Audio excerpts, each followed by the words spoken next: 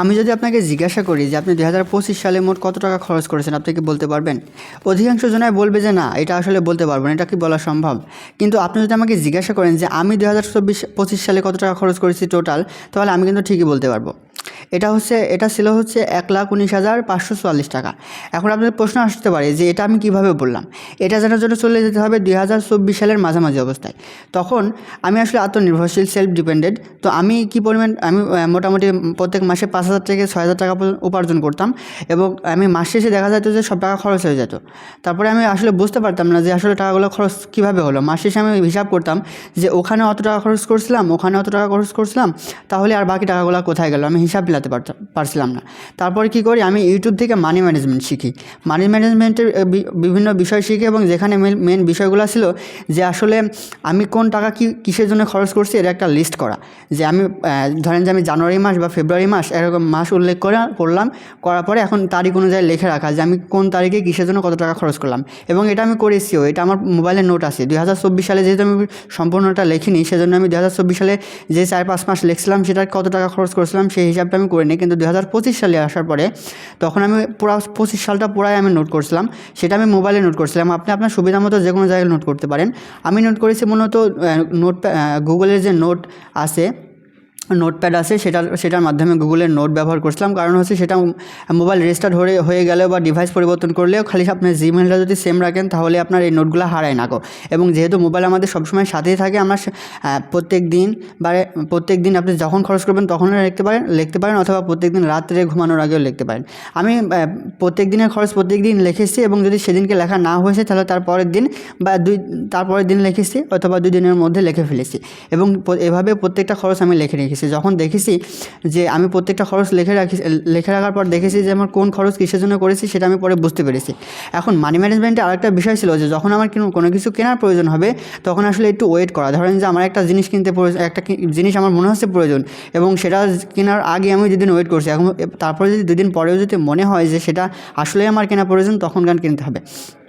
তখন দেখা যায় যে তারপরে পরবর্তীতে সময় আমি দেখতে পারলাম যে আমার প্রত্যেক মাসে কিসের জন্য কী পরিমাণ টাকা খরচ করেছে, এবং মোট টোটাল কী পরিমাণ টাকা খরচ হয়েছে। দেখেন, আপনি যত টাকাই উপার্জন করেন না কেন, আপনাকে মানি ম্যানেজমেন্ট শিখতে হবে। আপনি যদি মানি ম্যানেজমেন্ট না শিখেন এবং সেভাবে যদি জীবন পরিচালনা না করেন, তাহলে আপনি টাকা দিয়ে সুখী হতে পারবেন না।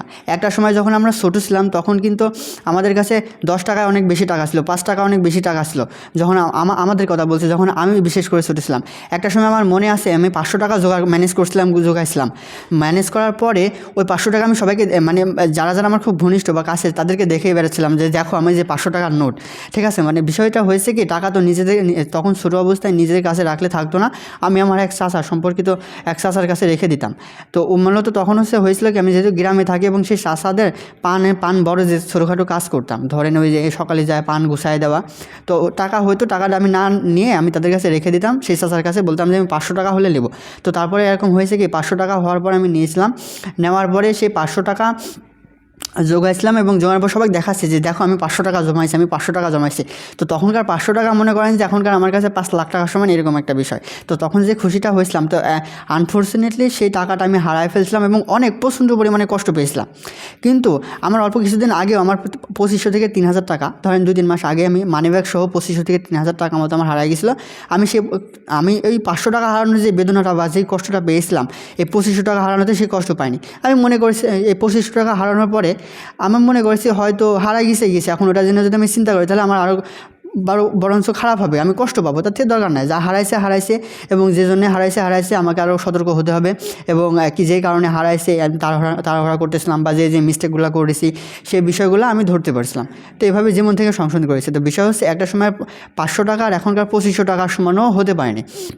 তো এই জন্যে মানি ম্যানেজমেন্ট শেখা অনেক গুরুত্বপূর্ণ বিষয়। আপনি মানি ম্যানেজমেন্ট না শিখলে আপনি যত টাকাই উপার্জন করেন না কেন, আপনি সব টাকা দিন শেষে খরচ করে ফেলবেন।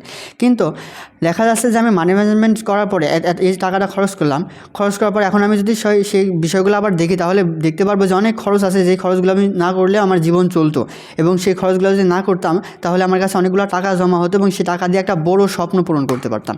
এই জন্য মূলত মানি ম্যানেজমেন্ট শেখা প্রয়োজন। তো আমি আপনাকে বলবো যে আপনি অবশ্যই যে স্তরে থাকেন আপনি ভাবেন যে আসলে টাকাটা আসে কীভাবে, টাকাটা আপনার কাছ থেকে আপনি কীভাবে টাকা আর্ন করতে পারবেন আপনাকে ভাবতে হবে যে আমি কি করলে টাকা আর্ন হবে। আচ্ছা ধরেন যে আপনার কাছে 2-3টে অপশন আসলো, দেখা যাচ্ছে যে আপনি টিউশনি করাবেন বা আপনি কোনো দোকানে হেল্প করবেন বা যে কোনো কাজ, আমরা তো কাজে ছোটো মনে করি, আপনি যে কোনো কাজ ধরেন পার্ট টাইম হোক বা ফুল টাইম হোক, যদি আপনি ছাত্র হন, আমি অ্যাজ এ স্টুডেন্ট হিসাবে টাকা উপার্জন করি, তো যে আপনি যদি ছাত্র হন তাহলে আপনাকে ভাবতে হবে যে আপনাকে ছাত্র হিসাবে আপনি কীভাবে টাকা উপার্জন করতে পারেন।